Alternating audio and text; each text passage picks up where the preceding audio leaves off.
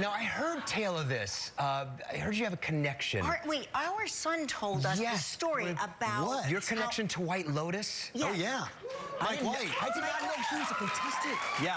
So our son said to us as we were watching White Lotus, he goes, you know, Mike White was a contestant on White Lotus. And I'm like, I'm pretty sure that's not true. On Survivor, you mean? On Survivor. Yeah. What did I say? On White Lotus. On White Lotus. Yeah. Mike White was a contestant on Survivor.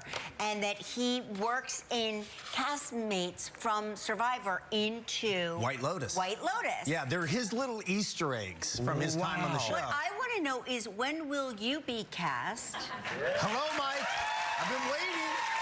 That's what I want to know when you will be cast. I want to be in that dark world of White Lotus.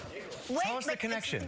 Well, the connection is Mike and I knew each other, and he legitimately would say, I'd like to be on Survivor, and we'd go to dinner, and I'd say, dude, you don't really want it. And he'd say, what do you mean? I go, you don't want it. And then one day we were having dinner, and I realized, oh, you want it now.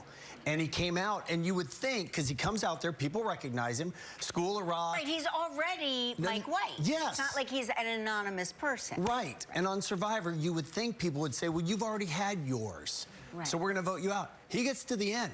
Mike is a very clever human, and it was very fun to watch him. The funniest thing was, so after that's over, COVID happens.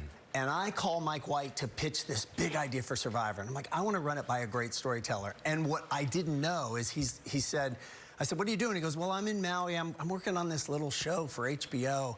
No idea what he was editing was what was going to become the show that changed the world, White Lotus. Right. So I was so excited. I was like, yeah, that sounds great. Let me pitch you my idea for Survivor. Yeah, sounds great, Mike. But here's this idea. Good luck with that thing.